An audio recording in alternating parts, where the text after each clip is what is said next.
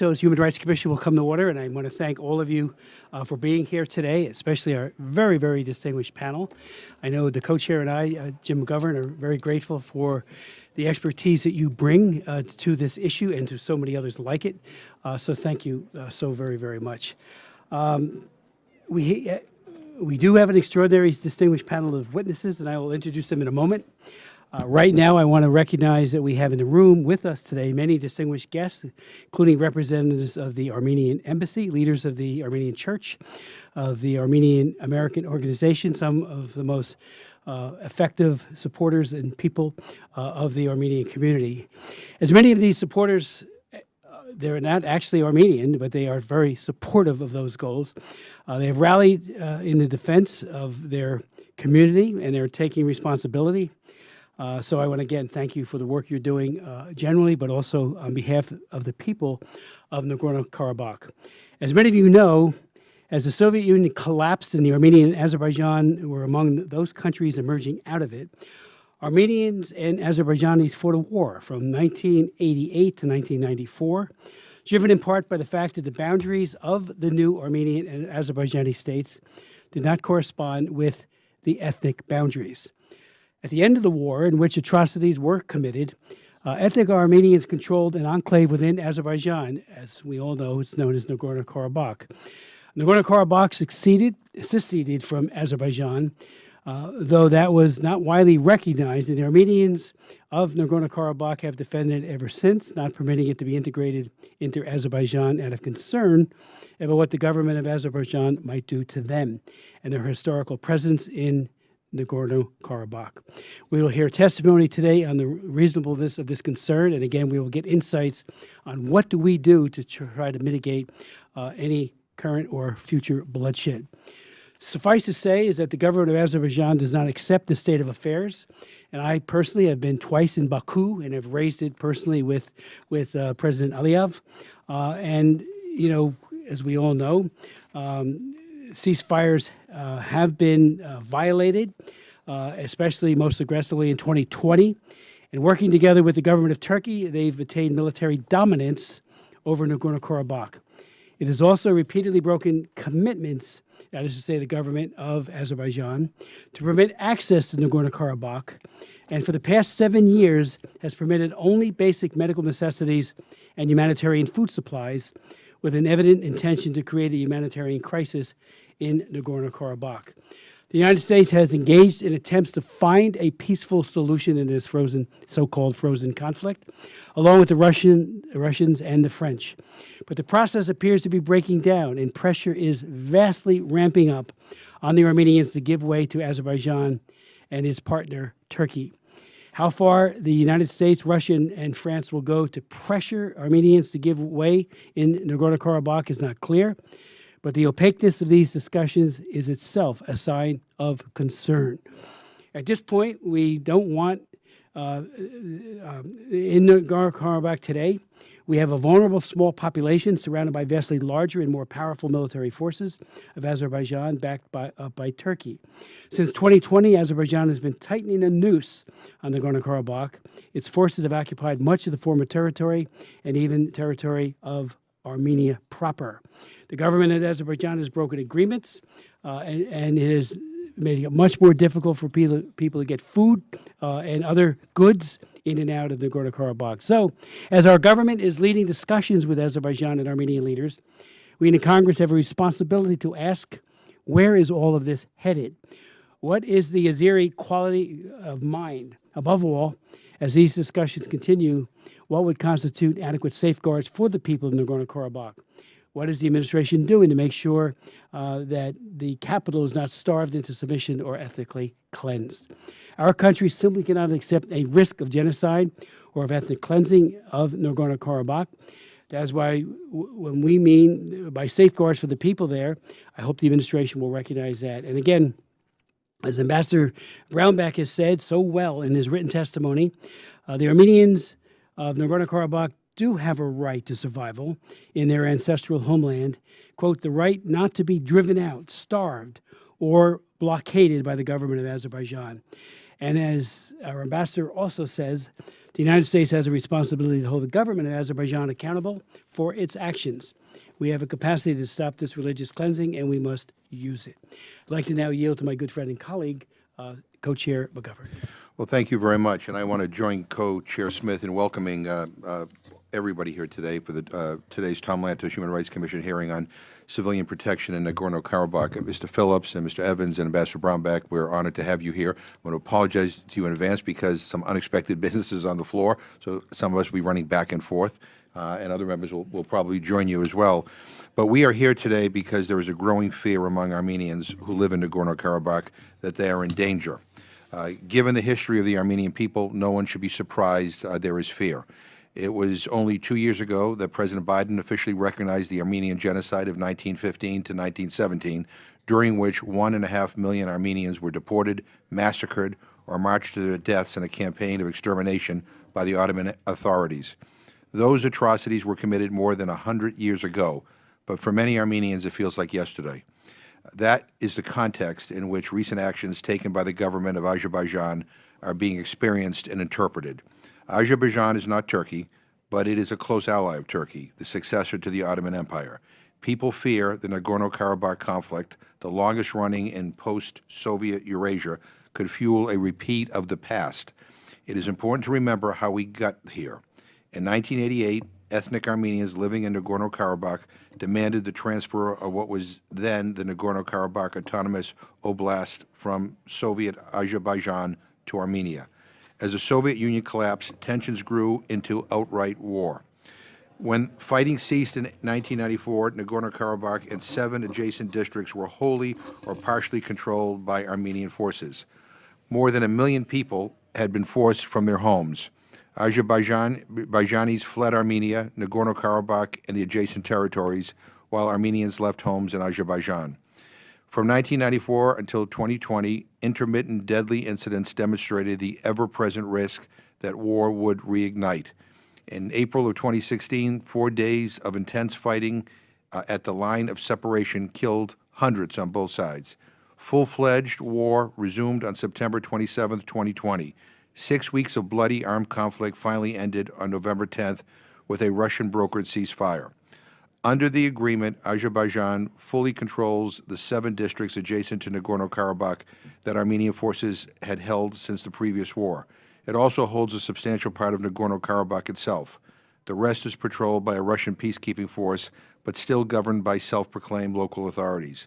During the 2020 war, some 90,000 residents of Nagorno-Karabakh were forcibly displaced. Today, more than 40,000 are still displaced. Before the 2020 war, the Armenian population of Nagorno-Karabakh was about 147,000. Today, it is estimated to be down to lower than 120,000. Forced displacement can be a tactic used to achieve ethnic cleansing.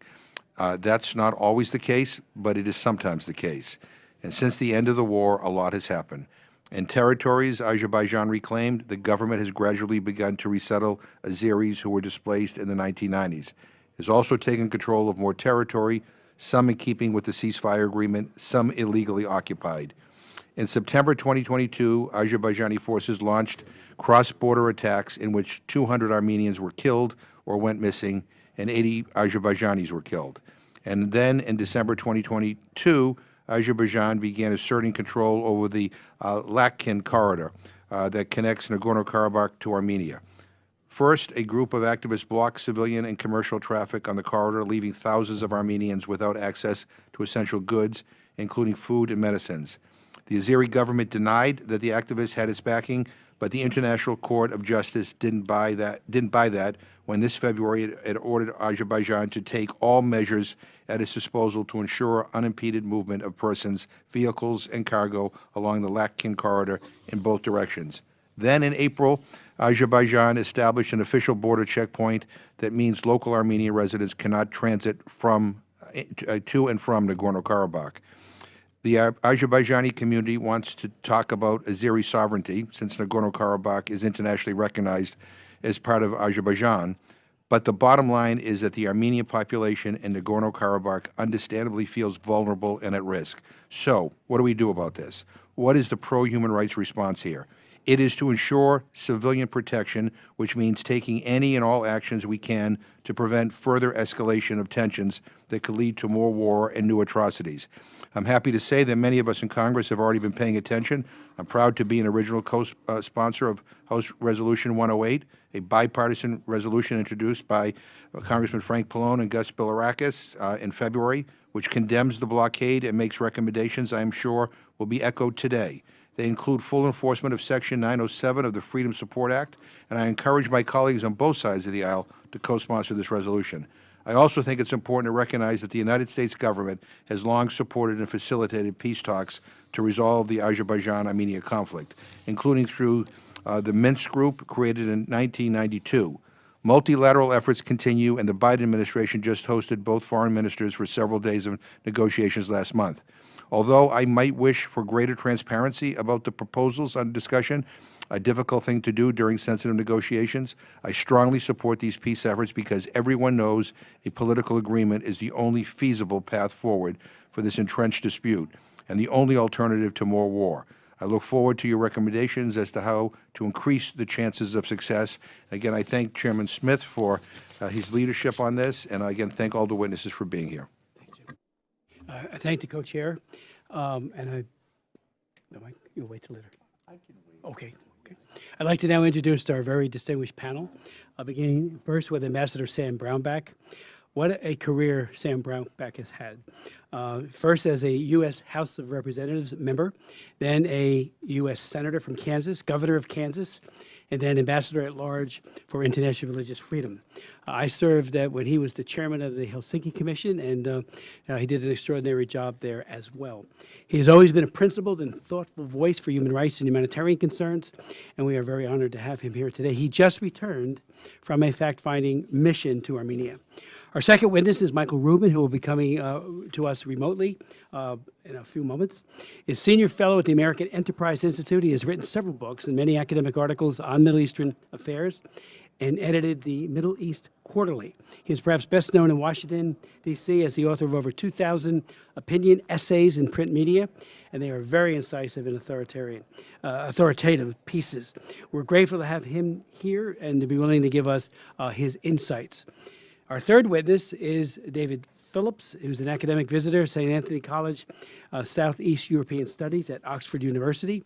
He previously served as director of the program on peace building and rights at Columbia University's Institute for Study of Human Rights.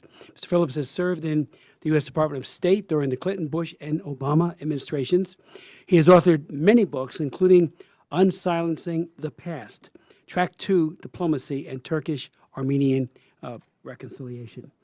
Our fourth witness will be John Evans, who served as an American diplomat for over 30 years, including as United States Ambassador to Armenia from 2004 to 2006. He's an expert on Armenian affairs as well as the Caucasus regionally. Ambassador Brownback, the floor is yours. Thanks, Mr. Chairman. Appreciate that. Congressman Bilirakis, good to see you here as well, and chairing the Religious Freedom Caucus, I believe, as well. So delighted that you're here. Thank you for the coverage that you've already done of the topics, so there's really no need to cover any of those topics. I will ask that my testimony be in the record as if presented. Without objection, so ordered, and all of your testimonies and any other information you want attached to the record. Thank you, Mr. Chairman.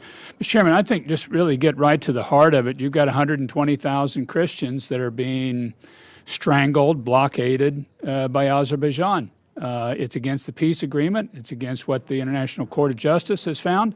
And yet it's taking place. It's being backed by Erdogan, who is the probably the leading Islamist person in the world that's pushing militant Islam of any government leader in the world is President Erdogan. He just got reelected on top of that. And he's got this pan-Turkic idea of a corridor, and the one kind of sliver of land that stands between him and this pan-Turkic corridor is Armenia. And so there were 3 incursions into Armenia proper the week we were there on the fact-finding trip. This isn't just Nagorno-Karabakh, this is into Armenia proper. And we were at Jarmuk which is a kind of a resort town in one part of Armenia, and you could see the Azeri forces on the other hill from where we were, and the ability for them to just lob artillery into that town at any time is right there. It really reminded me of Sarajevo in the situation there, where you had the troops that just surrounded the hills and could just fire in and killed huge numbers of people. On top of this, people say, well, it's not about religion, and I agree it's not a religious conflict, but religion is there, and it's a key piece of it. It'd be hard to believe that this would happen to Nagorno-Karabakh if it was a Muslim population. It's a Christian population. And that's where, to me, I come in standing up for religious freedom and for religious minorities. I think it's important for us to stand up here. Another key thought on this, Mr. Chairman and Congressman Bilirakis, we have seen historic Christian populations being driven completely out of the Middle East, virtually. There's population left in Egypt, but it's been driven out of virtually everywhere else. This is another historic Christian population that's going to get driven out if we don't take some policy moves. And thankfully, we have some that are available to us. But how many more of these do we have to see? And you can see that that's the play that's taking place in Nagorno-Karabakh, that Azerbaijan's going to squeeze the place, just force the people to leave. You can leave, but you can't return. They'll go to Europe. They'll go to another part of Armenia. They'll come to the United States or Canada. They'll make a nice living. There are a number of diaspora of Armenia around the world now that have done very well, some of them in this room. It's wonderful people. But do we want to see yet another ancient Christian population be driven out of its homeland? Yet another one. And a lot of this is with U.S.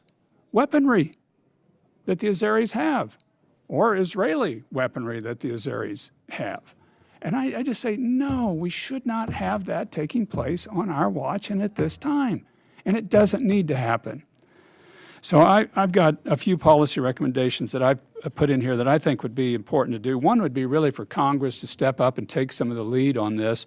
And I think you ought to put together a bipartisan Nagorno-Karabakh Human Rights Act. Just put together a Human Rights Act, not a resolution, an act, a bill, a law, that says here are the minimum standards for what we expect the security to be and the human rights to be able to be for the people of Nagorno-Karabakh. And just state them out there clearly and specifically. 907 already exists that if U.S. weaponry is being used in an offensive fashion against Armenia, this is a violation of that, and that's taking place now. So I think unless Azerbaijan lifts that blockade, that those Section 907 sanctions should be put in place by the president, by the administration. They ought to take place now if they will not lift this blockade. Congress can come in with this Nagorno-Karabakh Human Rights Act, setting basic security guarantees. I think a congressional delegation traveling there would be to Nagorno-Karabakh. We tried to get into Nagorno-Karabakh. We couldn't get in. They wouldn't let us in to the place. But I would think they would let a congressional delegation. I'd hope they would. And if they wouldn't, that would also tell you something that's taking place. I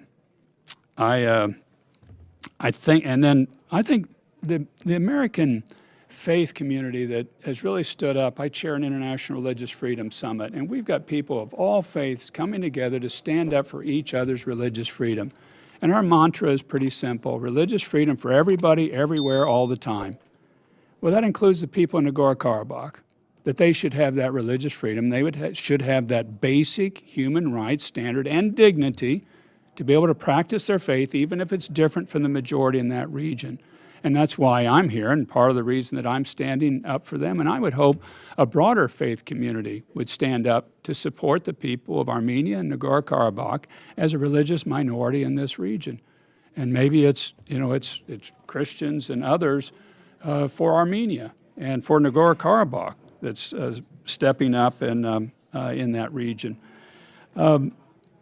Chairman, as I left that Yerevan, and you've been there, and you see Mount Ararat just staring over the city, which is such a majestic view from the city and from the airport, it reminds you of the historical significance of Armenia, first Christian nation on earth, before any other nation was, still is. It's been persecuted by multiple empires over thousands of years, the Persians, the Ottoman, Russians, others, and yet they're still there. They are still there. They're still fighting. And they just inspire you with their tenacity, with their courage, their pluck.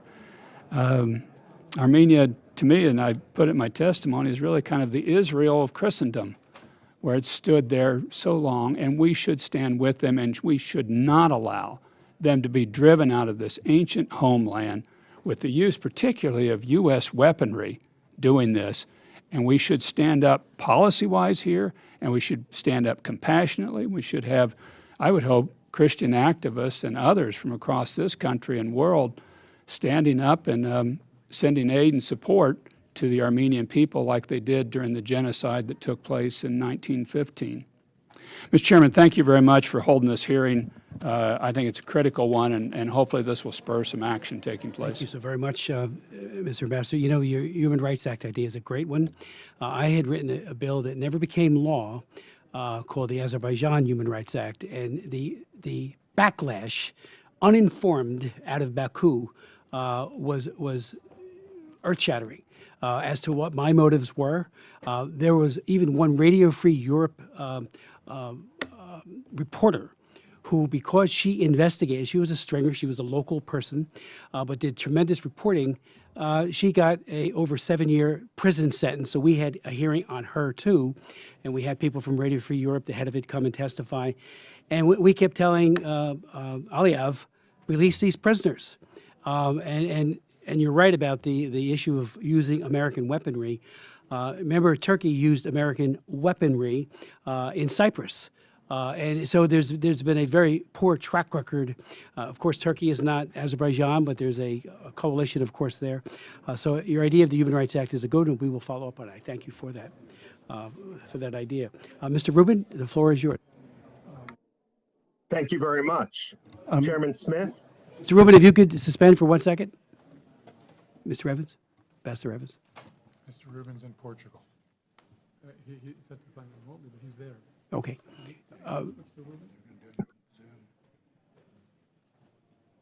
Ready? Yes, live from Portugal. Okay. Chairman Smith, Chairman McGovern, honorable members, thank you for allowing me to testify remotely as I was not able to get back on time. It's excellent to see such bipartisan support on this problem. Time is short. So if my detailed testimony is in the record, let me focus on the bottom line. President Aliyev has changed and grown more erratic over the last decade. I'd say his trajectory is almost analogous to what we saw with Saddam Hussein. Secretary of State Antony Blinken is absolutely right to turn attention to Nagorno-Karabakh. And just while we've had 30 years of diplomacy with regard to this problem, just the energy which the current administration has placed on this issue is very much commendable. Now, that said, strategy matters, and so does timing. We need to talk about sequencing. It's one thing to try to get a broad agreement between Armenia and Azerbaijan, but that agreement is going to be meaningless if disputes with regard to the borders are pushed down, are kicked down the road. Because if that happens, then Azerbaijan is going to have an excuse in order not to implement an agreement.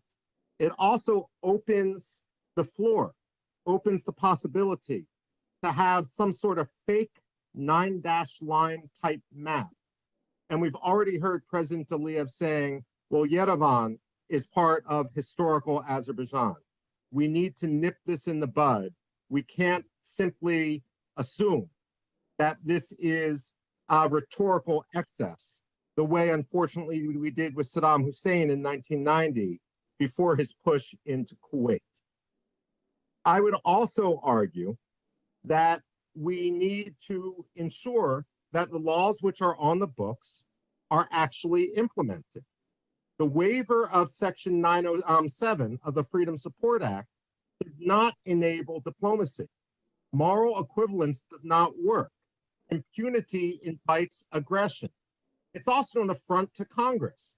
If the State Department finds that Section 907 and what the waiver requires is inconvenient, then it should go to Congress to pass a new amendment, to pass a new law. It can't simply willy-nilly override US law. I would argue that the logic that we can't enforce the US law because it would impede diplomacy is also inaccurate. Azerbaijan is going to do what's in Azerbaijan's interest vis-a-vis Iran. They're not doing it simply because we're allowing Azerbaijan to have some weaponry, which, as Ambassador Brownback has said, has been utilized against Armenia, not only the Armenian population in Nagorno-Karabakh, but against Armenia proper. We also have on the books the Humanitarian Corridors Act, which dates back to the first Nagorno-Karabakh war and to the Bosnia conflict. The fact is, and we've seen this in the last day, with Azerbaijan using BTRs, armored personnel carriers, to block the Lachin corridor, they are in violation of this. And as far as I'm aware, there's absolutely no waiver with regard to the Humanitarian Corridors Act, and therefore US assistance should stop immediately. There's also the Magnitsky Act, which is another policy arrow in our quiver. Azerbaijan is one of the most corrupt countries on earth.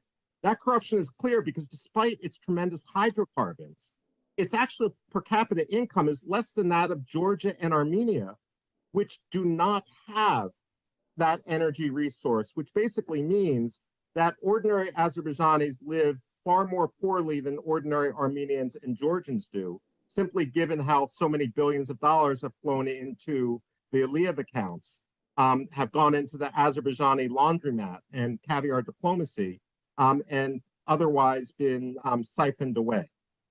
Cultural heritage also matters, and I'm sure David Phillips, my good friend, is going to talk about this, but before we impose a peace, we should at the very least have a 24/7, 24 hours a day, 7 days a week video monitoring. We shouldn't just verify. We shouldn't just trust. We need to verify as well in real time. We should focus on incitement. There's going to be no lasting peace if Azerbaijan still incites from school-age kids and in the military against Armenians. The State Department should issue, and Congress should require through an act, an annual report on the state of Azerbaijani incitement. Beyond that, there are any number of other ideas which are out there. I would just say in conclusion, this situation is real, it's grave and growing.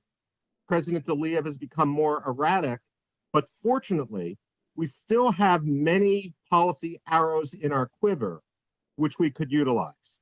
Timing matters. The State Department should be applauded for its diplomacy, but not all diplomacy is the same. It needs to be done right. It needs to be done with a greater strategic overview, and we need to understand the forest through the trees and not simply count ourselves as victorious or wise in our diplomacy if tree counting supplants the forest, which, as the ambassador has said, is the preservation of one of the oldest Christian communities in the oldest Christian country.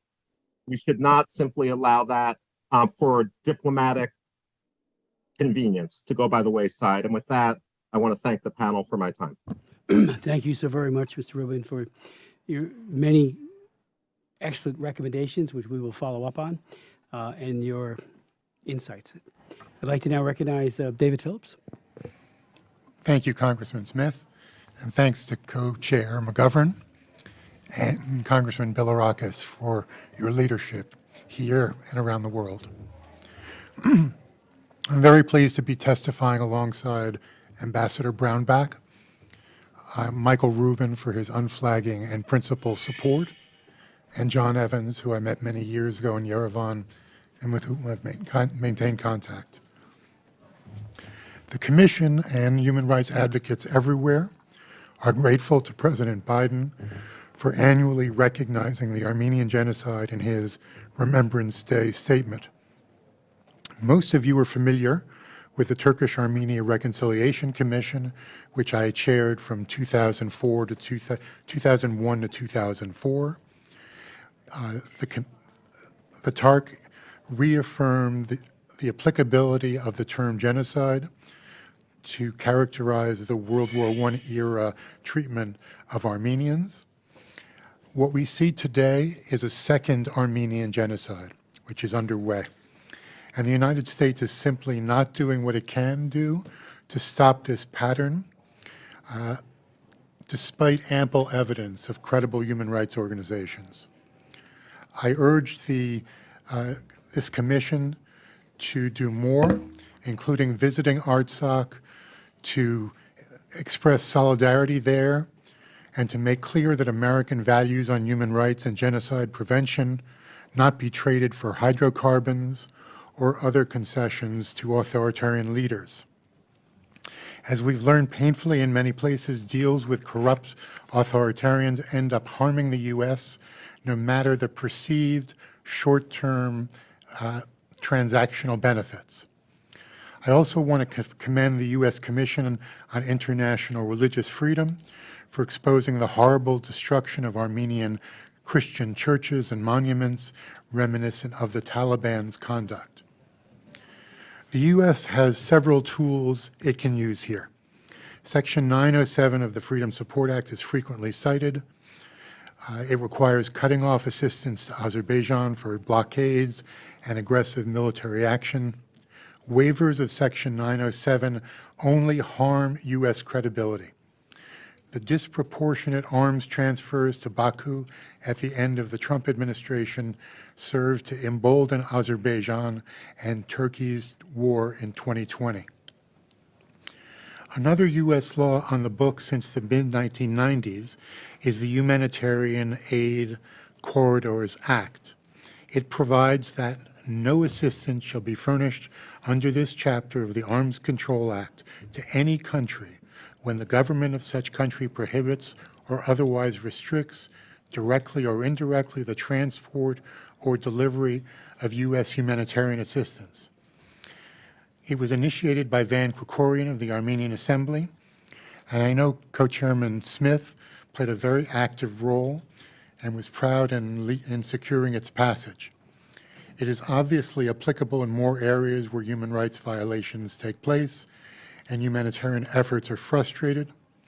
In addition, the Global Magnitsky Act sanctions, as well as other tools, also exist for gruesome and state-sponsored terrorist activities, which I will refer to next. Azerbaijani forces attacked Artsakh on September 27, 2020.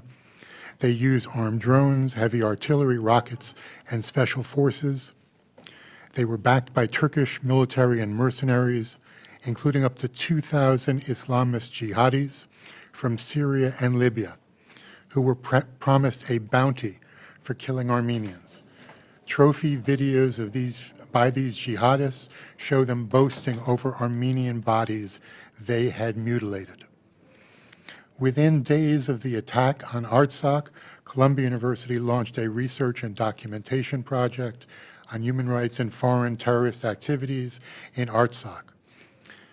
It is cited in pending House and Senate legislation.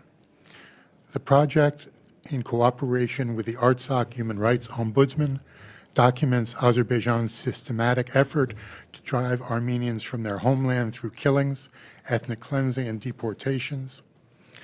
Specific perpetrators of gruesome atrocities intended to advance Azerbaijan's genocidal intent are identified and documented. The destruction of religious and cultural sites is also documented. Here I would refer you to the Cornell University site, which has used advanced satellite imagery to expose this conduct. The overall goal of Azerbaijan was and remains the cultural erasure of Armenians. In violation of the trilateral ceasefire statement of November 9, 2020, Azerbaijan blocked the Lachin corridor on December 12th. Mr. Rubin referred to a recent photo on the bridge leading to Artsakh, where an APC has been parked and is blocking the passage of civilians. many of whom are seeking medical services. Blocking the corridor has left 120,000 Armenians without life-saving medication and health care. Azerbaijan established checkpoints on the border with Armenia. It cut gas, electricity, water, mobile communications, and it is engaged in well-documented daily attacks. The ultimate aim, and let's be clear, is emptying Artsakh of its native Armenian population by subjecting them to physical and psychological attacks, making their lives unlivable. Last weekend, President Erdogan visited Baku and urged further actions to send Armenians the message that they are unwanted. Erdogan's new government includes a foreign minister who has committed crimes against Armenians. These crimes did not occur in the fog of war. It is a stated policy of Azerbaijan.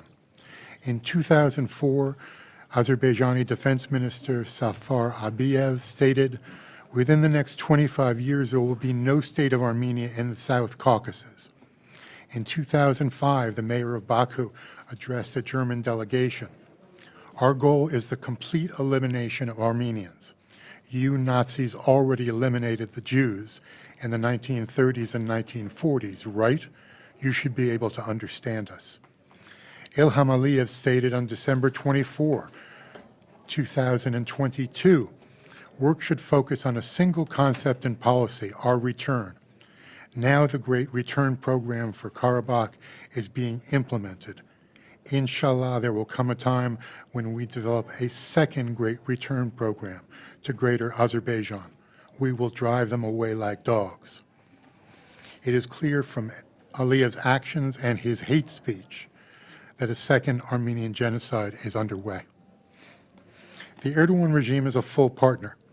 It has equipped Azerbaijan with the tools to implement its Armenophobia. Erdogan's wife is recorded urging Aliyev not to release 2020 prisoners of war, to maintain leverage despite the stated agreement. We know that Aliyev has a record of not keeping his commitments. POWs have not been accounted for, which is a violation of international humanitarian law.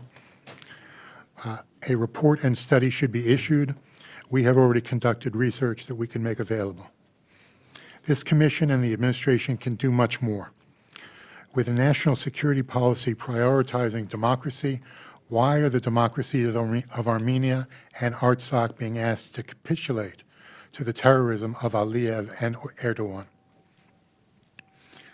In December 2021, the International Court of Justice ordered Azerbaijan to take all necessary measures to prevent and punish acts of vandalism and desecration affecting Armenian cultural heritage. Azerbaijan simply ignored the court's order. In the summer of 2022, the 18th century Armenian church of St. Sargis was completely razed. Subsequently, ICJ ordered Azerbaijan to respect the November terms and allow free transport of the Lachin corridor. We hope that the documentation project on atrocities in Artsakh will preserve evidence to deter future crimes and hold perpetrators accountable. Those perpetrators include not only Azerbaijan, but also Erdogan and his cohorts in Turkey. Erdogan stated, "Turkey stands with and will continue to stand with friendly and brotherly Azerbaijan with all our means and all our heart." Aliyev and Erdogan are blood brothers who belong in the dock together. My testimony, which is submitted for the record, details more extensively Turkey's involvement in these actions, including Turkey's use of F-16s and its acquisition of weapons from Russia, which should be actionable under CATSA. The U.S. should look at CATSA, explore ways it's applicable to actions of Turkey and Azerbaijan, and make sure that CATSA is the law of the land and it is fully enforced. I'll leave it there, and look forward to your questions so we can speak further. Thank you so Thanks. very much, Mr. Phillips. Just a point, you talked about the second Armenian genocide. I've chaired 3 hearings on the Armenian genocide. And before the first one, I went and read Ambassador Morgenthau's book, which was written contemporaneously with the horrific genocide that was committed. And to think that, as you have pointed out, this is, we're in the midst of the second Armenian genocide is just, it's frightening. And we need to do more as a country. I think other interested democracies need to do more. So I thank you for your testimony. I'd like to now call on Ambassador Evans and yield such time as he may consume. Thank you, Mr. Chairman, members of the Commission. I find myself in the fourth position here, wanting to associate myself with virtually everything that's been said. All these observations have been remarkably on the mark, and so I would ask that my testimony simply be put into the record, but I will draw a couple of points from it for today. I was in Yerevan in 2004 to 2006. I never dealt directly with the issue of Nagorno-Karabakh. That was being handled by the Minsk group, of course. But nonetheless, I did learn a lot about what was going on. And I learned a fair amount about Armenian history, which, by the way, is quite fascinating once you get into it. I'd just like to make 3 points about the Armenians in Karabakh, or as they call it, Artsakh. One of the earliest histories recounts that after losing an important battle to the Persians, the Armenians, quote, fled into the forests of Artsakh. That's one of the earliest references to Artsakh and to Armenians being there. Second point, a well-known, well-respected German visitor to the Caucasus in the 1840s reported that the Armenians are, quote, most numerous in the province of Karabakh after Armenian proper, end quote. And the third point, we may think poorly of the Bolsheviks, and particularly of Joseph Stalin, and of many of their policies. But it was not for no reason that the Commissariat for Nationalities made Nagorno-Karabakh an autonomous region within Soviet Azerbaijan. Stalin, of course, was from the Caucasus, and there were many of his colleagues who knew the area well, and they realized that this was a different kind of place and that it needed to have an autonomy, which is, of course, what it received in 1924. Now, there are lots of arguments about whether that was the right thing to do, but my point is simply that it was clear something had to be done because this place was special. So I would maintain that the Armenians are indigenous to Karabakh. Now that claim can be disputed by academic people who draw very careful distinctions, but as was said here earlier, they do have a history in Karabakh. So whether they're completely indigenous or that they just have an important history there, I don't think it makes much difference. And it's not that we should treat indigenous people well and others badly. These people deserve to be treated with respect, whoever they are and whenever they got to Karabakh.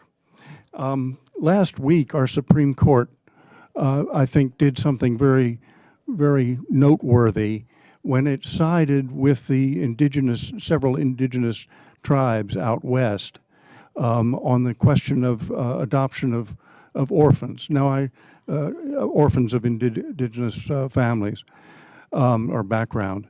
Now, I'm not suggesting that the Armenians are in any way equivalent to the indigenous people in our out west, but the point is the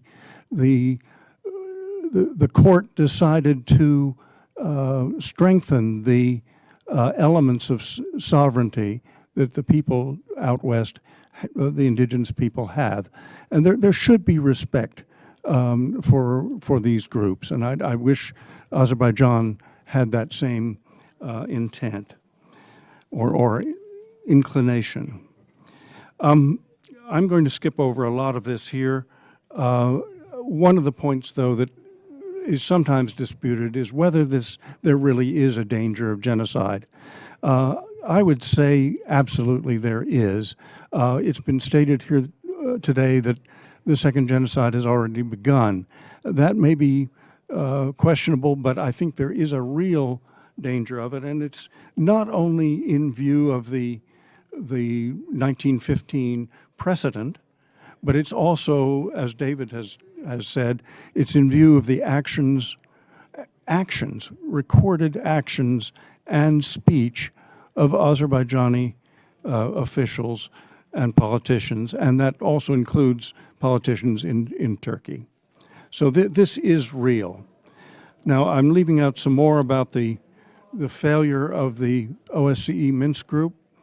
It still theoretically exists, but I think it has, in some ways, outlived its usefulness. It was one of the few fora in which the United States, Russia, and France continued to cooperate despite the increasing numbers of friction, elements of friction between East and West. But I think at this point that process cannot be counted on, and I would join the chorus in praising the State Department for getting back into it. I do believe the State Department calculated wrongly in the last administration, devalued the Minsk group process, and that was one of the things that led to its collapse. Now, I'll come right to the end here. It seems to me that it's true that there needs to be ultimately a peace settlement, and that's for the people of Karabakh and the Azerbaijanis to work out themselves how they're going to manage to be neighbors in the future.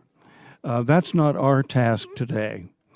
I think our task today is simply to consider how to preserve the lives of the Armenians in Karabakh in the face of a potentially genocidal threat. I certainly agree with the idea that the waiver of Section 907 ought to be rescinded. I think it should have been done at the same time as President Biden recognized the Armenian genocide.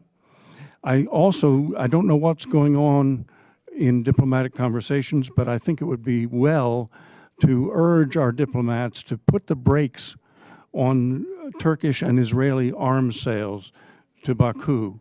All the other members of the Minsk group, and Turkey is technically a member of that group, but all the others had basically agreed to preserve the military balance in the Caucasus. Now, Russia, of course, played the biggest role as a supplier to both sides.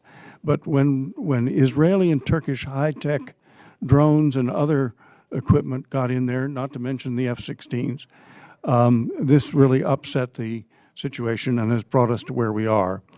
But as the Armenian surgeon who treated Senator Dole advised him, you can't think about the way you were and what you had. You have to think about where you are now and go forward from here. And I think that's what we have to do.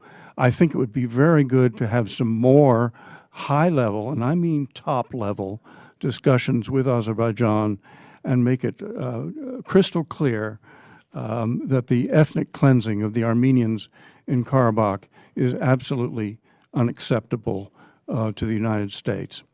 Mr. Chairman, I actually do have some ideas about what ought to be done for an overall settlement. This is not the place for me to share them. I have to commit them to paper, but I'm planning to do that in the next few weeks. I think ultimately we do need a goal so that both sides can see that diplomacy can get to a place where they both have their dignity intact and people can, on both sides, can accept. It's not going to be a perfect settlement from some people's point of view. As President Biden said in another context, that's politics. Compromise is of the essence. So I'll leave it there, and thank you for calling me to share my thoughts. Ambassador Evans, thank you. Yes. I'd just like to add a thought about the sale. Would you put it on? Just want to add a thought about CATSA. U.S. drones, U.S. components in Turkish drones are being transferred to countries that use them in ways which we don't approve of. We should document that.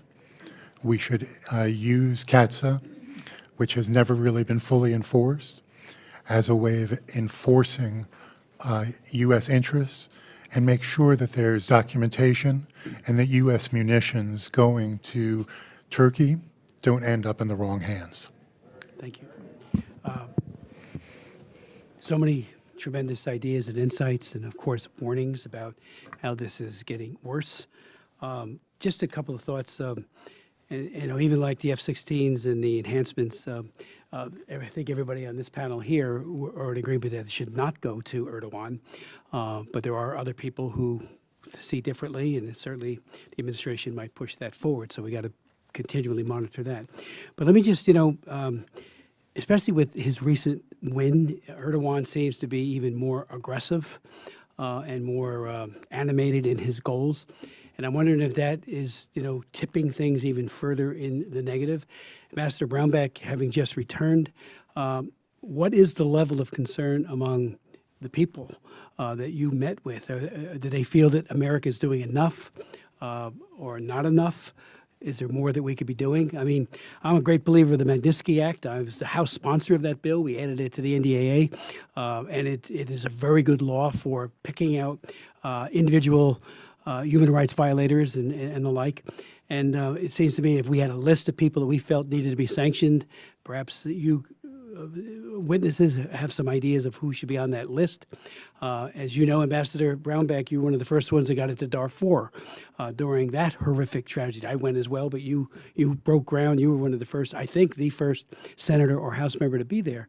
And it wasn't until that leader began to realize that he was indicted by the ICC and he had real penalties hanging over his head like the sword of Damocles that any kind of progress began to be made. So individual sanctioning, I think it was said by one of you, enforcing the law impedes diplomacy. Well, that shouldn't be the case. Let's enforce our laws robustly, particularly on the sanctions regime, to make sure that the laws, the diplomacy does work.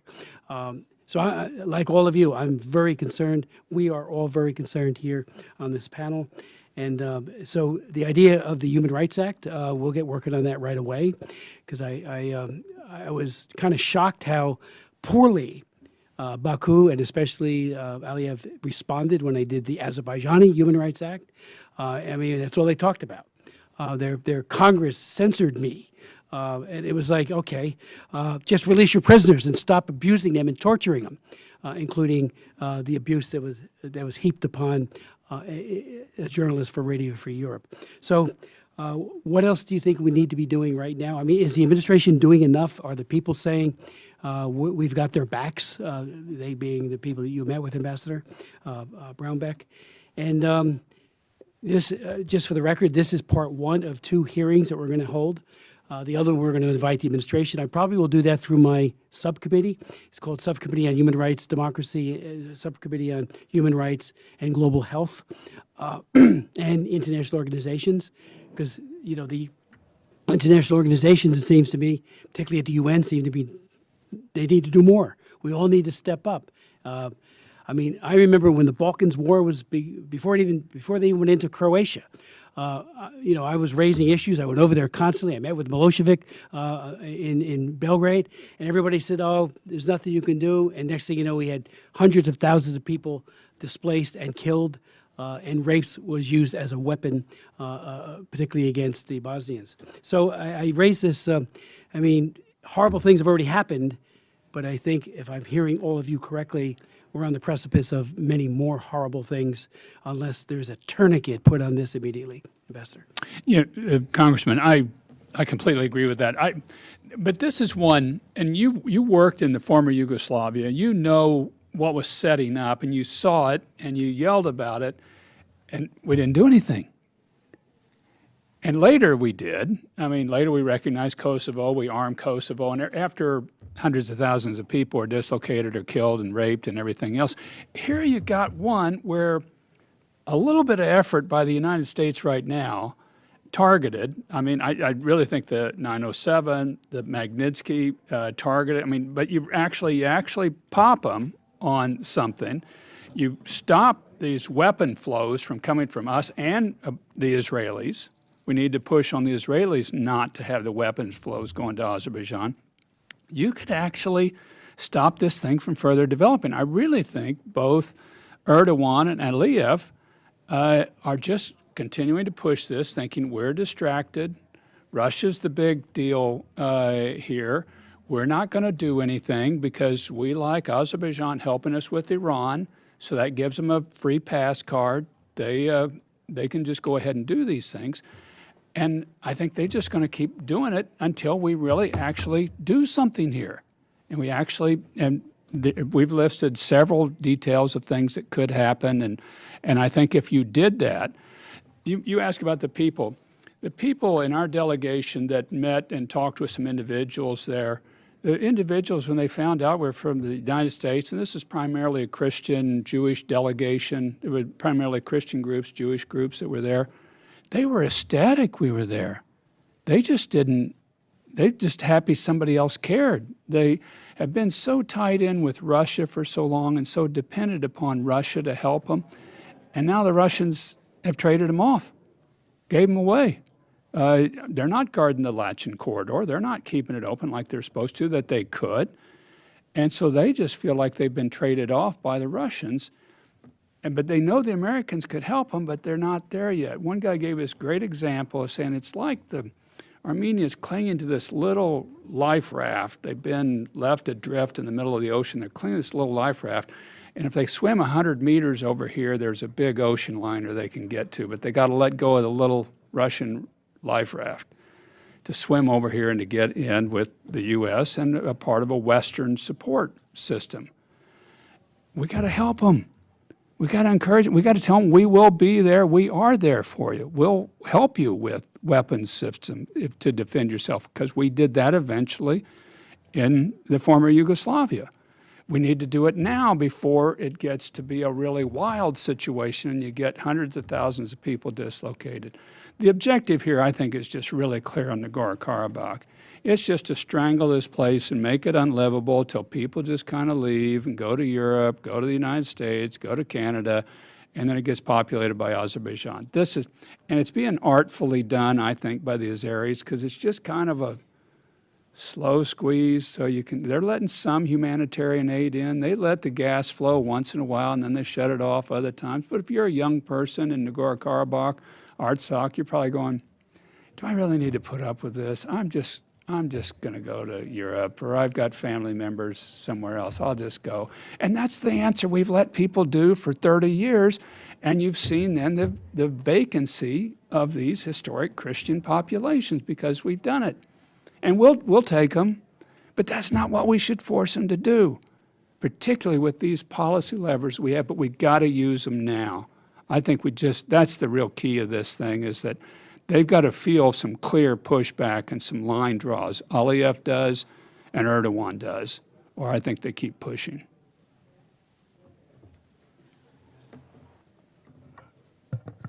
Ambassador Brownback has opened the floor to a nautical metaphor. And this morning when I woke up, it occurred to me that what's happening to Artsakh, and I mean this with no disrespect to the people who are on the submersible, but the messages we're getting out of Artsakh are as alarming as the situation of those poor people on that submersible. So I'm in effect seconding the point of how very serious this present moment is. In June of 1992, Milosevic telegraphed his war plans for Croatia and Bosnia. So we knew well in advance what was coming.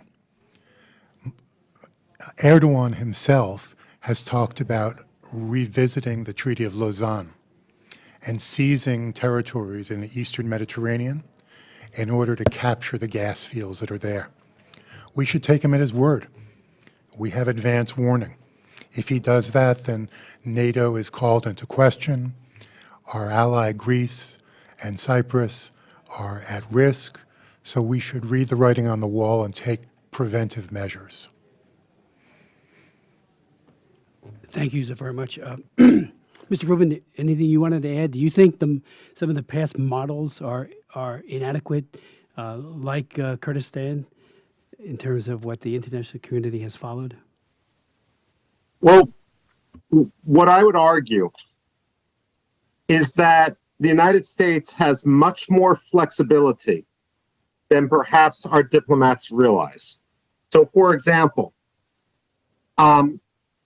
there is an assumption which we often hear repeated by U.S. diplomats, by Azeri diplomats, and by those who want to carry water for Azerbaijan, which is Nagorno-Karabakh is under the sovereignty of Azerbaijan. If we actually look at the diplomatic record, there is more flexibility there. The idea was that the borders would be addressed peacefully, and therefore final sovereignty couldn't be determined until that happened. That's why we have more flexibility in what models we might propose to Azerbaijan. So, for example, on one end of the spectrum is the Kosovo model, which has extreme parallels to what we see with regard to Nagorno-Karabakh today. There's also the UN Trust Territory model. If we look at the Federated States of Micronesia, if we look at Palau, if we look at various countries in Africa, this is a model which the United Nations has used. And actually, it was a model that almost came into play with regard to Armenia, dating back to the League of Nations, when unfortunately the US Senate failed to ratify a specific proposal to make the US the trustee for Armenia. The entire history of the Cold War and the area of the South Caucasus would have gone differently had it not been for a few votes back in 1920 or so. Iraqi Kurdistan is also a model that could come into play, where basically Iraqi Kurds have basic autonomies, basic protections written into the Iraqi constitution. All I can say right now is, as was said by, I believe, Ambassador Evans, it's unconscionable to take a democracy like Artsakh and subordinate it to a country that, according to Freedom House, is not only not free, but is actually less democratic than Burma and Russia. And so what we need to do is take a step back and recognize the symbolism of what we are doing. We shouldn't try to rush diplomacy, rush a solution to the US political calendar, but rather we should look at what the best possible outcome would be for US national security, as well as for the people of Nagorno-Karabakh. The last point I would make very briefly is we heard the nautical metaphor. What comes to mind as a historian is what we saw in 1973 in Egypt. While some people are willing to say, you know, Armenia has traditionally had a relationship with Russia, therefore we need to embrace Azerbaijan. Back in 1973, rather than dismissing Anwar Sadat as a Soviet proxy, more agile diplomacy, which started during the Nixon and Ford administration and continued in the Carter administration, decided that Egypt could be flipped. And that's what enabled the Camp David Accords and the first major peace treaty allowing for Arab-Israeli peace. We need to take some lessons from the past, lessons from other parts of the world, rather than try to rush through diplomacy in the final years of the Biden administration's first term or the Biden administration period. Thank you. Thank you so very much. Without objection, Gus Bilirakis will assume the chair, member of the executive committee. I have to, like my good friend McGovern, Jim McGovern, have to go and give a speech, and I apologize for that. But we will follow up on this Human Rights Act, which you have recommended, Ambassador Brownback. And without objection, I'm happy to invite Frank Pallone, my friend and colleague from my state of New Jersey, to join the panel and ask such questions as he would like and make such statements. Thank you, Frank. Thank you.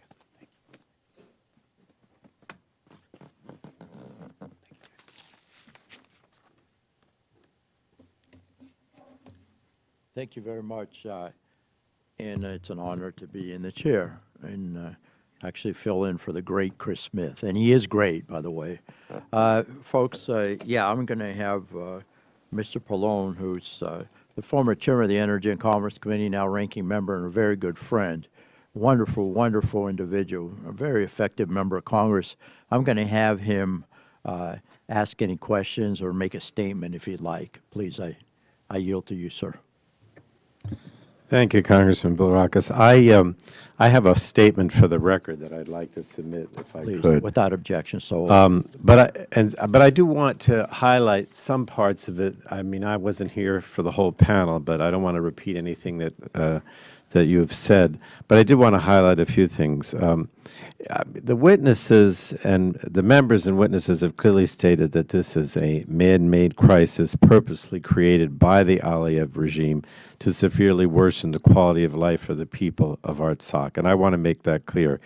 Aliyev has not been subtle about alluding to the Armenian genocide when discussing Artsakh and removing people from there, nor has he attempted to hide his ongoing deadly incursions into Armenia itself. And he is clearly taking premeditated steps to remove the indigenous Armenian population from Artsakh and depriving them of the opportunity to live freely, democratically, and with dignity in their land of their ancestors, which is a clear sign of what I would call ethnic cleansing that we can't ignore. And I point out also that this follows the pattern set forth by the unprovoked war by Azeri forces in 2020 that destroyed civilian infrastructure, left thousands of people dead, and displaced tens of thousands more from their homeland. But unfortunately, at the time, little was done to hold Azerbaijan accountable, which is a pattern that has continued in the months and years that followed. And I heard Senator Brownback, I can't help but call you Senator, point out that if we don't do something, they're just going to continue to do the same. And that's the pattern here. He felt, Aliyev, that he could get away with this blockade, you know, and he's not going to reopen the Lachin corridor because unless we do something to force him to do that. Now, you know, I'm not going to get into the documented evidence that of the tragic effect of this blockade on innocent civilians, I mean, and the fact that it continues. But I think that, again, the many statements of disappointment and concern by international leaders has not halted Aliyev's deadly campaign or his continued sable rattling. I mean, what's I think particularly is unfortunate is that he's actually sending his own minister and talking about having some kind of settlement over the, you know, the demarcation between Armenia and Azerbaijan, but continues this deadly campaign as he continues to meet. Even my understanding is the two countries are going to be meeting here in the United States in the next few weeks to talk about, you know, settling the territorial disputes between Armenia and Azerbaijan. But at the same time, he continues to force this blockade and displace or attempt to displace more people in Artsakh. So I think that the only thing that has to be done here is that the United States has to leverage every diplomatic tool at its disposal, including sanctions, to finally bring some pressure on Aliyev to stop, to continue this blockade in Lachin. And I do think that our country has a critical role in bringing these aggressions and expansionist behavior to the end. You know, we talked about other countries, Russia, other countries, but I think we're the key. if we don't do something, then nothing's going to happen, and this blockade is going to continue, and the effort to try to remove the Armenians from Artsakh is only going to continue. So, and again, as discussions between Armenia and Azerbaijan are reportedly set to resume here in Washington as early as next week, I have to call on our administration to take every action necessary to prevent Azerbaijan's militaristic behavior from dictating the terms of a final agreement. That's the other thing. In other words, if we do have a final agreement between the two countries, between Armenia and Azerbaijan, I think what he's trying to do here is to make the displacement and the elimination of Artsakh as a fait accompli, and so it's become a diplomatic leverage point, if you will, in those negotiations, which is why we continue to see the blockade. So I just want to say, on behalf of the, and here, my colleague, Mr. Bilirakis, I was the founder and continue to be the co-chair of the Congressional Caucus in Armenia. I want to thank everyone.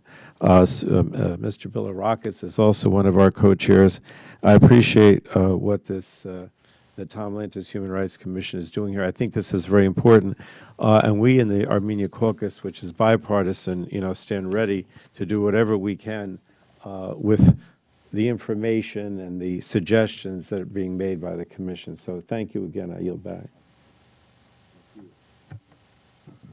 Thank you. I appreciate it. I thank the ranking member, and I appreciate you allowing me to work with you side by side on these issues affecting the Eastern Mediterranean and, of course, the Caucasus, Greece, Cyprus, of course, and Armenia, very dear to our hearts.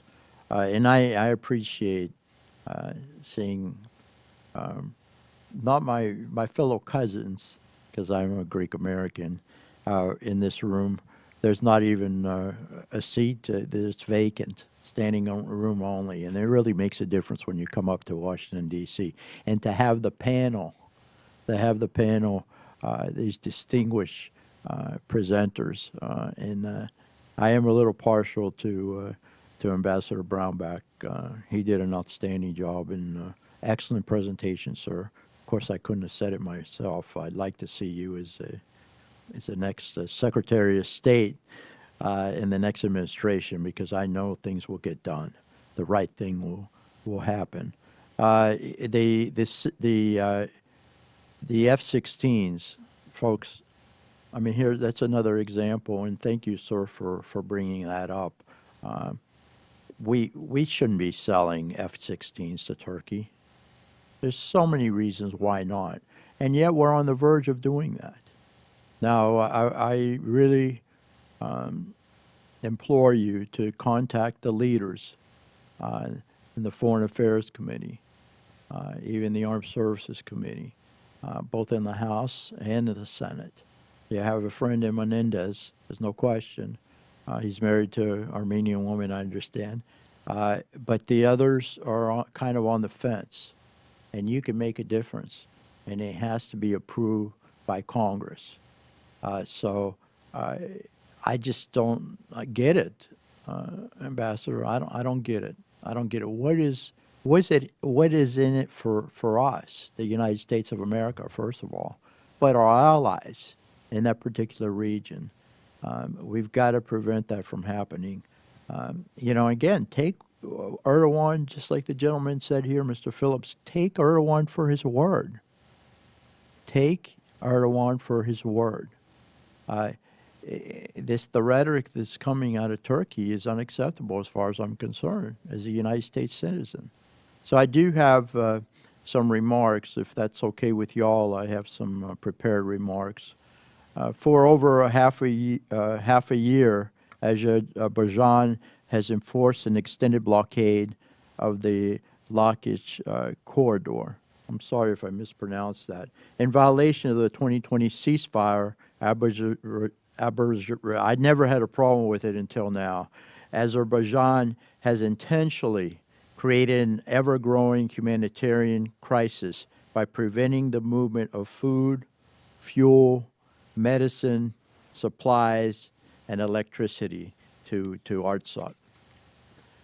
That's 120,000 people trapped and subject to a systematic effort by the Azerbaijani government to delegitimize and depopulate the ethnically Armenian Republic of Artsakh. And, you know, the history, like you said, the first Christian nation. It's not going to go, folks, they did it in Asia Minor with my people, and it's still going on. How many Christians are left in Turkey? Maybe 2,000, 2,500 Armenian Christians, Greek Christians, Jews, very, very few. And this is, they're discouraging these people. They're encouraging them to leave their homeland. It's what's happening. So, folks, we're seeing history repeat itself. That was another reason why I was so very happy to be actually the Republican co-sponsor, the primary co-sponsor of the Armenian Genocide Resolution. History is repeating itself. Coordinated Turkic and genocidal efforts to cleanse Armenians from their native lands. While we can't change the past, we must act now to stop another Armenian genocide. I appreciate the testimony from this esteemed panel and the calls for an end to the Section 907 waiver of the Freedom Support Act, which would prohibit the sale of military equipment to Azerbaijan.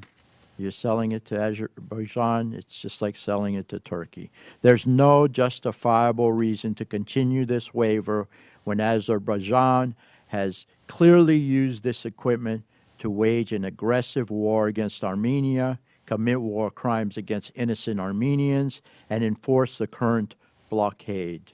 This is terrible what's happening in this day and age. As a co-chair of the Armenian caucus, and we have our leader here on the left, I have campaigned with the caucus for years to end the presidential waiver, and I will continue until the United States can guarantee that no American-bought resources will be used to perpetuate humanitarian crisis, genocidal campaigns, or target the innocent. And that's what's happening right now, folks. This is also very personal to me, as I said, as a Greek American and Orthodox Christian, a fellow Orthodox Christian. I view the Armenian people as my brothers and sisters, my cousins, in some cases, in faith, with a shared cultural heritage. Similarly, Greece and Armenia have both been victims of Turkey's aggression and destabilization. That's why we have to work together, folks. We're powerful when we're united and we work together for the same cause. So I have a question for Mr. Phillips. I appreciated in your testimony Turkey's culpability and steps Congress and the U.S. government should take regarding Turkey's destabilization, again, the destabilizing actions. What I wanted to ask the panel, and I could start with Mr. Phillips, and if the panel would comment, I'd appreciate it. Okay, so I wanted to elaborate more on Turkey's liability as it pertains to the horrific human rights abuses against ethnic Armenians since 2020, and then any additional actions the U.S. can take to hold Turkey accountable. Again, thank you for giving me the opportunity. We'll start with Mr. Phillips, and anyone else who would like to comment and respond, we'd appreciate it very much. When we look at Turkey's actions over the past 7 years, it seems as though Erdogan has released his inner Stalin. 150,000 people have been discharged from their duties. Many police officers and members of the armed services are either in jail or now unemployed. We should document that for the international community and for our own purposes, so that Erdogan's track record of abuse is known to us all. We should also recognize that Turkey uses its NATO membership as a free pass. If Turkey applied to join NATO today, its application would be just thrown in the rubbish bin. It doesn't qualify for NATO membership because it's anti-democratic, it's hostile to human rights, and it works against U.S. interests. Here I'd like to mention the Kurds of Syria. 11,000 have been killed, 24,000 injured, fighting at our behest against the Islamic State. And we just turned a blind eye to that. Little appreciation, certainly no thank you. That's the bottom line. And the world watches and they see how we have behaved in Syria, and it undermines our credibility worldwide. What about Cyprus being occupied for all these years? The northern part of Cyprus, the occupied territories, is another NATO nation. It's illegal, and we turn a blind eye to it. Thank you, sir. Yes, please. If you'd like to comment, please. I would simply associate myself with David's remarks. I think it is very difficult right now to bring attention to this problem in the South Caucasus, precisely on account of the war in Ukraine and the fact that everything is being brought into play against Russia. And that's making it difficult, I'm sure, for the State Department and the administration. Let's hope that situation can be brought to a peaceful close soon. Thank you. Congressman, I was involved when Andrew Brunson had been taken as really a political prisoner by Turkey. They wanted Gulen sent back to Turkey from the United States, who is in sanctuary in the United States. And Turkey just kind of, they'd listen to us, wouldn't do anything. It wasn't until the president threatened to put sanctions on steel tariffs and does this, and Andrew Brunson becomes the most expensive political prisoner in the world, that he gets free. Exactly. So I think, this is what they understand is something that actually pops them. And I think you got to look at doing something like putting tariffs on steel exports from Turkey and say this is, if you're going to continue to do this and back this in Artsakh, Nagorno-Karabakh, we're going to put these tariffs on. If that's what you're going to do and strangle and starve out this 120,000 people, that's the only thing they'll react to, that they'll respond to, is something of that nature. Thank you very much. Mr. Rubin, would you like to comment also on the, if you want to elaborate on the F-16s, we'd appreciate that as well. Absolutely. First of all, it's important to recognize that the 2020 Nagorno-Karabakh war was an inspiration for Russia's renewed invasion of Ukraine. The fact that Aliyev was able to get away with force and changing borders in that way is something which Putin certainly observed and internalized. When it comes to the F-16s more broadly, and how it relates both to Turkey and to the peace in the South Caucasus, it's important to calibrate U.S. policy to reality rather than wishful thinking. It's important to calibrate U.S. policy to the present rather than the record of the past. The fact is that while Azerbaijan might be important for Ukraine, Azerbaijan, like Turkey, is playing both sides of the issue. It's become one of the biggest sanctions busting tools which Russia has. When it comes to the F-16s, and Turkey is a NATO ally, let's not forget that under 20 years of Erdoganism, more than 30 million Turkish school children have been indoctrinated from kindergarten through 12th grade. Let's not forget that the entirety of the Turkish military has been remade in Erdogan's image. Now, Turkey often says, and the State Department will repeat, that Turkey is has the second largest number of men under arms in NATO, and therefore making Turkey happy and the F-16s to Turkey are just too important to walk away from. It's always a horrible thing to try to make democracies pay concessions to appease dictators. But the fact that Turkey has the second most men under arms in NATO is irrelevant, because it doesn't matter how many troops you have under arms. What matters is how many of those the government is willing to use in the service of NATO. And when it comes to Turkey, they're simply not on the same page anymore. The fact of the matter is the F-16s, which Erdogan demands, are more likely to be used against Iraq, against northern Syria, against perhaps Armenia and Nagorno-Karabakh, as they were during the 2020 war. They're overflying Aegean islands that are owned by Greece and are fully Greek sovereign. The fact of the matter is, it's a far greater threat to stability in the region to give F-16s to Turkey now, because they could be utilized in an intra-NATO war with Greece, than any advantage they would have in terms of unity vis-a-vis Russia. If Turkey wanted to show its unity vis-a-vis Russia, it would lift its hold on Swedish NATO membership. Again, and just in conclusion, we've got to calibrate our diplomatic and our military strategy to reality rather than wishful thinking.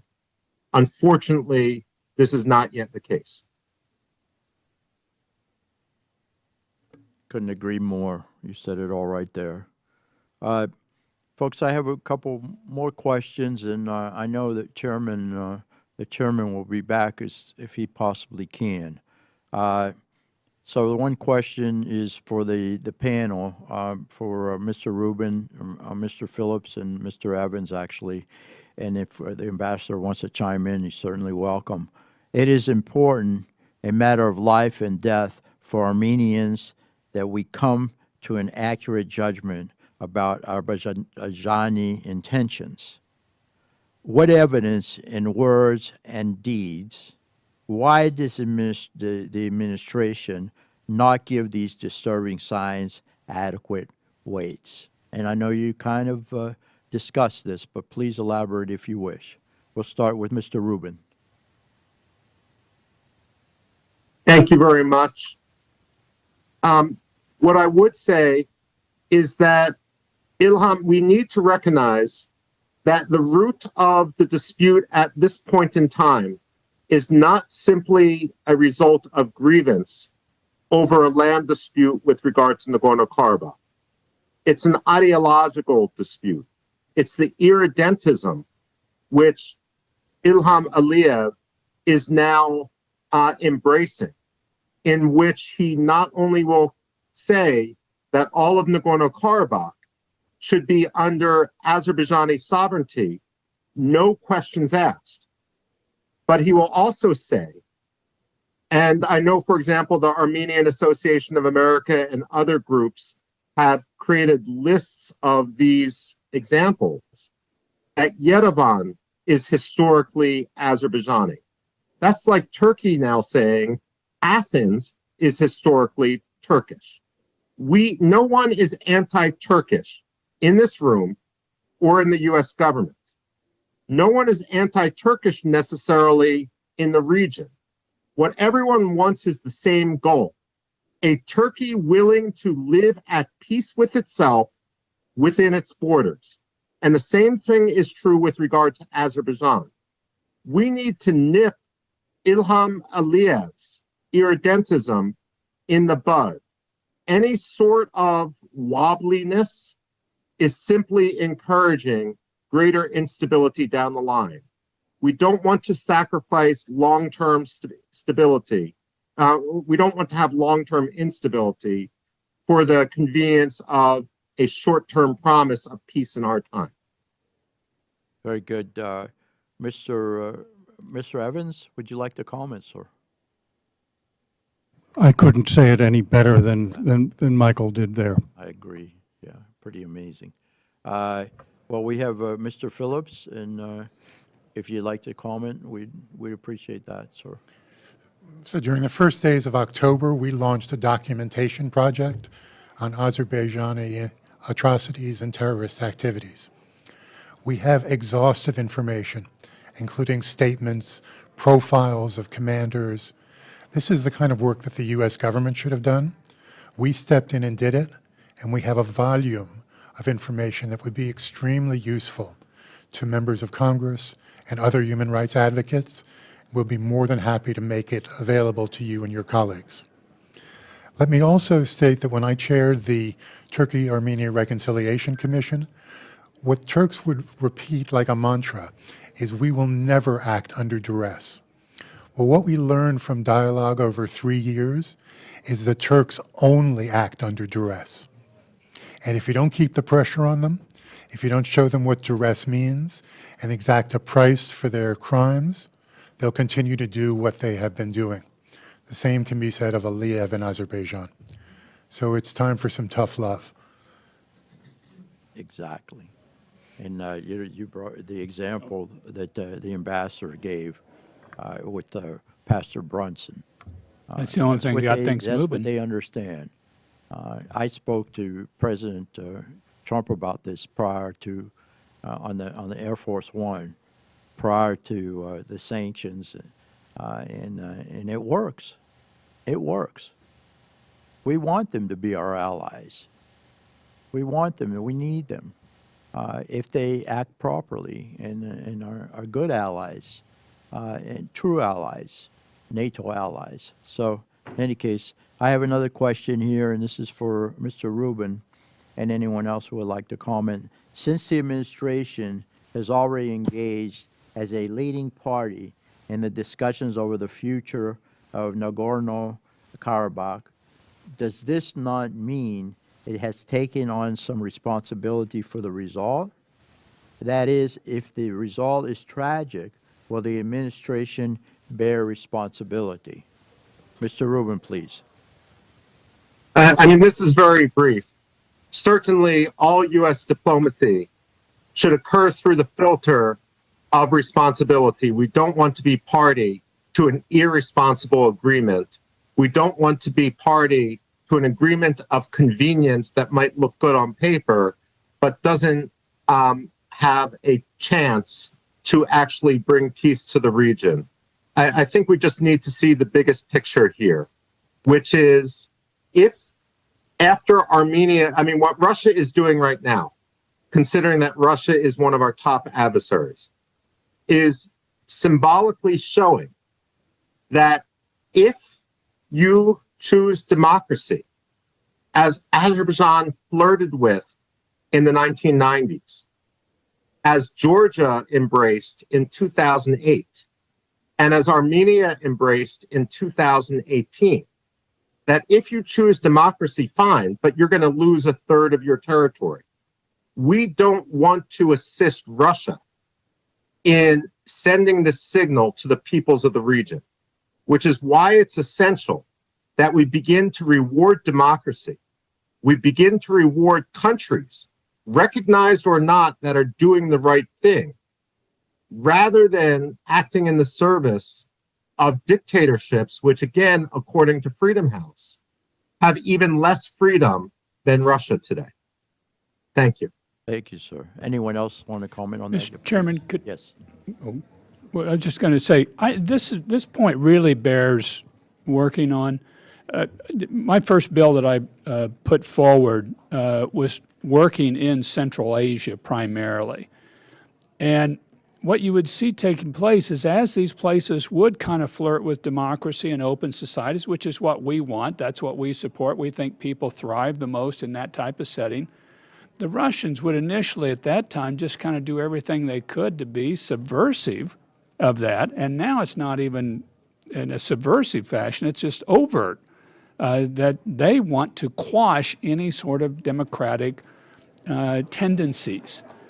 Well, that's what you're seeing now take place in Armenia, is that you've got some open society movements taking place, and then what did the Russians do? They pull back.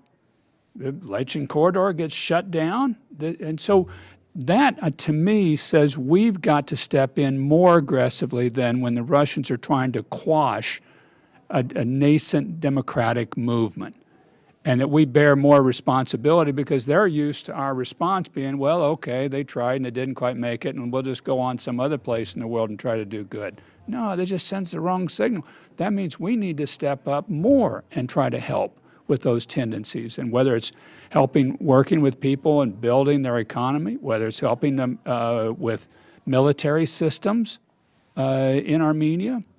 I think these are things that we ought to open up to in the thrust of a broader discussion about supporting democracy in face of a Russian aggressive response against it.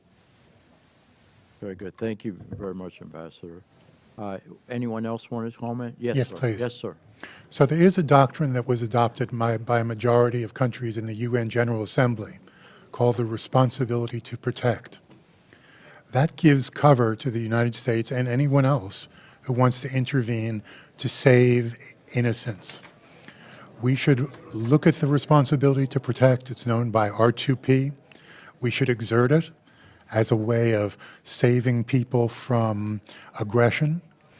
There is a body of international law that exists. It just hasn't been used.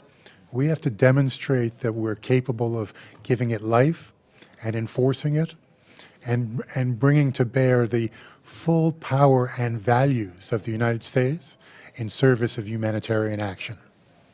Excellent. That leads to my next question. Has Azerbaijan treated Armenian cultural and heritage in Azerbaijan and territories occupied? What do you think would happen to centuries of Armenian cultural and religious heritage if the Armenians of Nagorno-Karabakh are forced to evacuate? I know what's happened in the northern part of Cyprus, the occupied territory, and in Turkey as well. But I want to give the priests and the clergy so much credit, because you said that these customs and traditions, and of course, the state has survived all these centuries, and I believe it's because of the influence of the clergy, and we appreciate you so very much. Thank you for being here too. It really means a lot, and you have so much influence in our communities, and I appreciate you stepping into the arena and not going back, because I know you care so very much, and this is very important. It's vital. So if someone can answer that question with regard to the cultural and religious artifacts, what do you think might happen? What's going on now? Simply put, they would be destroyed. Armenian culture would be whitewashed. Armenian churches would be turned into mosques, as we've seen in Turkey. So we have to recognize that there's a very high price to pay for neglect, which is not only the disappearance of Armenian culture, but the values of tolerance and compassion that define Christianity and the Western world. It's important to be counted here in service of humankind. Preserving Armenian culture in Turkey and in Azerbaijan is critical to future progress. Yeah, you know, these people, folks, again, it was said very well, and I can't add much more, but they want to be in their homeland. Of course, I guess the ambassador brought it up. Yeah, you have a nice life here in the United States, the greatest nation on the face of the earth, there's no question. You can practice your religion, your culture, your traditions, all your values, but these people want to be in their homeland under the right conditions. So, I mean, I see it everywhere I go. So, in any case, I know that Mr. Rubin wants to add something, and then if there's anyone else with regard to that subject, please feel free. Thank you, sir. I agree with what David said. I just want to point out one additional angle. My fellow co-panelists have mentioned at various times the Israel's actions and how they've contributed to the current difficulties in terms of provisions of military technology to Azerbaijan. We've also talked about the need for the United States to diplomatically convince Israel that perhaps it's not entirely in its interest to continue blind support for Azerbaijan. The issue of cultural heritage is one of those issues, those buttons we can press. Precedent matters. And so how can Israel expect the international community to rally behind it, to embrace the importance of preserving Jewish cultural heritage in the West Bank in the face of some Palestinian leaders who would like to see it entirely destroyed? If Israel is not contributing to the preservation of Armenian heritage in the Nagorno-Karabakh, if Israel is siding blindly with a regime which denies the historical existence of Armenians on that land, despite archaeological, literary, and other historical evidence, it's setting a very dangerous precedent for itself. And when it comes to precedents, it's not just in terms of Israel and the protection of its own cultural heritage, of Jewish cultural heritage, but also with regard to the precedent of the need for defensible borders. Thank you. Thank you. Yes, sir. Please. So as a Jewish American, I'm astonished by the fact that Israel refuses to recognize the Armenian genocide. That should change. That must change. If Israel is going to be a force for good in the world, it needs to be counted with the victims. To do otherwise is a betrayal of its own history.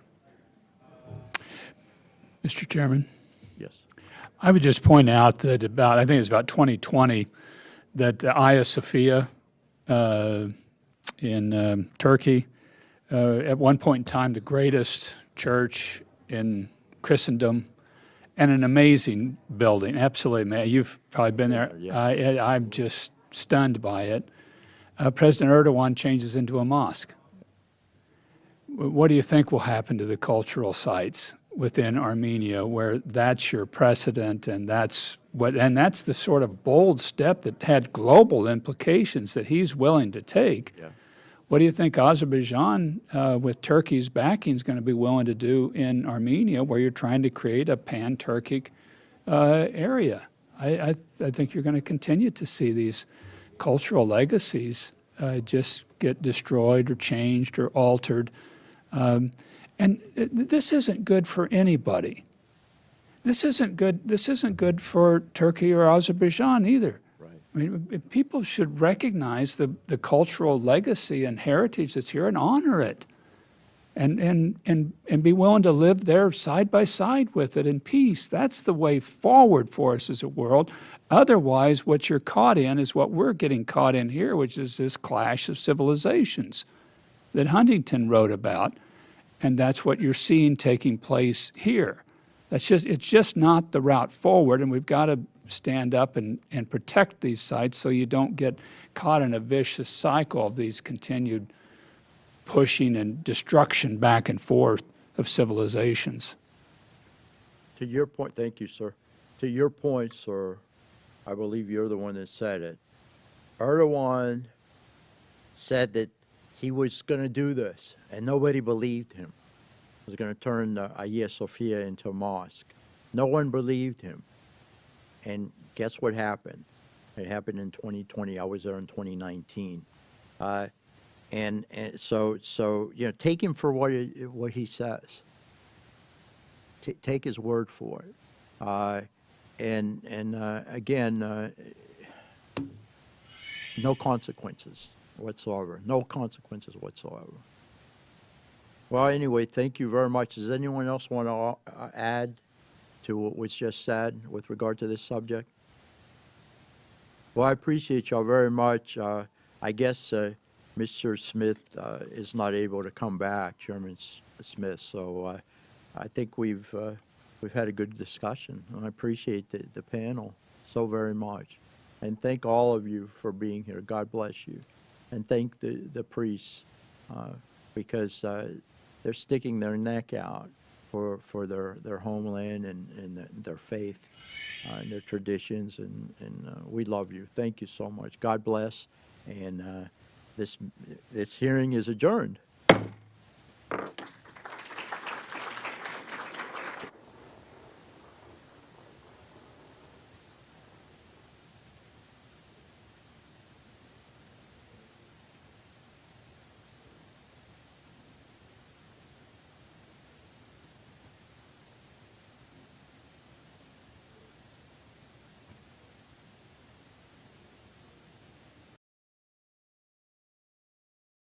Have you ever felt like a tiny fish swimming in a crowded ocean, competing with countless others for the same customers? Well, fear not. Today, we'll unveil